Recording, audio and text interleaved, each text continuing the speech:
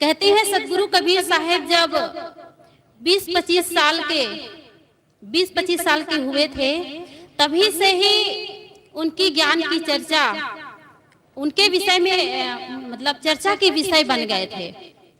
और जितनी उम्र उनकी बढ़ती गई, उतना ही उनके प्रखर ज्ञान और उनके पवित्र आचरण की चर्चा पूरे भारत में गूंज रही थी। सदगुरु कबीर साहब अपना धर्म प्रचार काशी को तो मूल केंद्र रखा ही, वे आसपास के देशों में, आसपास के गांवों में, गलियों में भी जाकर के उन्होंने धर्म प्रचार किया, लोगों को जगाया।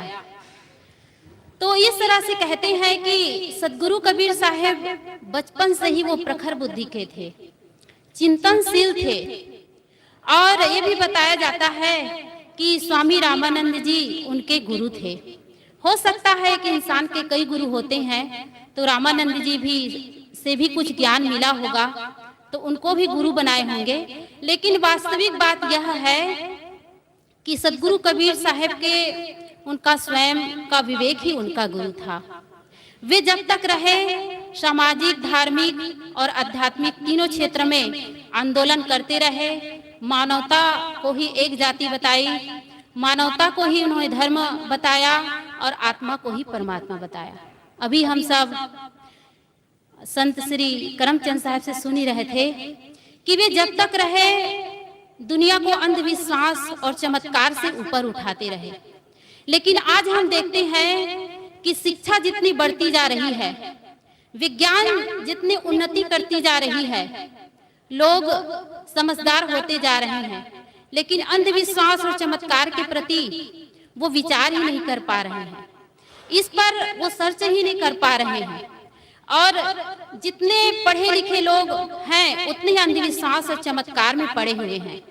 पूज्य गुरुदेव जी कभी कभी बताते रहते हैं, आप लोग भी सुने होंगे, कि बड़े बड़े मकान बनाते हैं, उसमें टायर बांध दिया जाता है, या कोई एक काली हंडी रख दी जाती है, गले में ताबीज पहनी जाती है, कार या कोई भी गाड़ी में उसमें भी कुछ बांध दिया जाता है। ऐसी बात नहीं कि वो कबीर के अनुयायी नहीं है, कबीर के अनुयायी भी होते हैं, संतों को अपने घर में भी बुलाते हैं, लेकिन उनके मन से अंधविश्वास और चमत्कार नहीं हट पाता है। इसीलिए कहते हैं कि हम कबीर को मानते हैं, कबीर की नहीं मानते। कबीर को मानते मानते जीवन बीत जाता है, लेकिन कबीर की नहीं मान पाते हैं। आज उनके रामायणी शब्द, साखी ऐसे हैं जिनको पढ़ करके हमारा सारा भ्रम दूर हो सकता है और हमारा पूरा जीवन सुंदर बन सकता है। लेकिन हम उन पर ध्यान नहीं देते हैं और केवल, आप लोगों को भले गलत लगे, लेकिन केवल हम लोगों की नजरों में हम सत्संगी बने रहते हैं, धर्मात्मा बने रहते हैं और अपने जीवन को हम देख नहीं पाते हैं, उसको सुंदर बना नहीं पाते हैं। इसलिए इस कबीर जयंती के पावन अवसर पर हम सब यही संकल्प लें कि आज से हम सदगुरु कबीर साहब के चलाए पथ पर चलेंगे।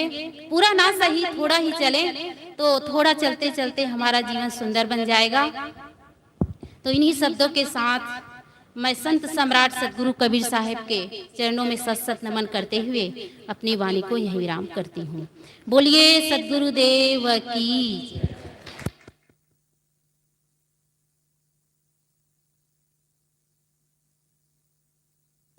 साध्वी सुश्री सुमन साहिब जी के द्वारा बहुत ही सुंदर विचार श्रवण किए।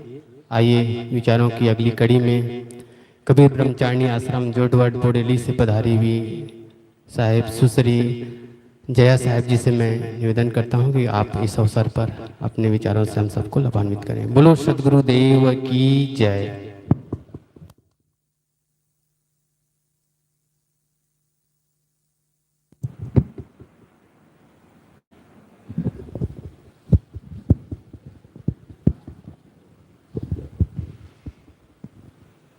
पूज्य श्री गुरुदेव जी,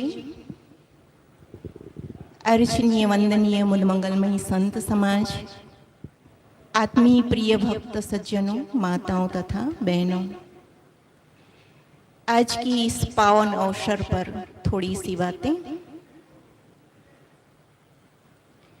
ये बड़ा ही सुंदर अवसर है कि ध्यान शिविर के बाद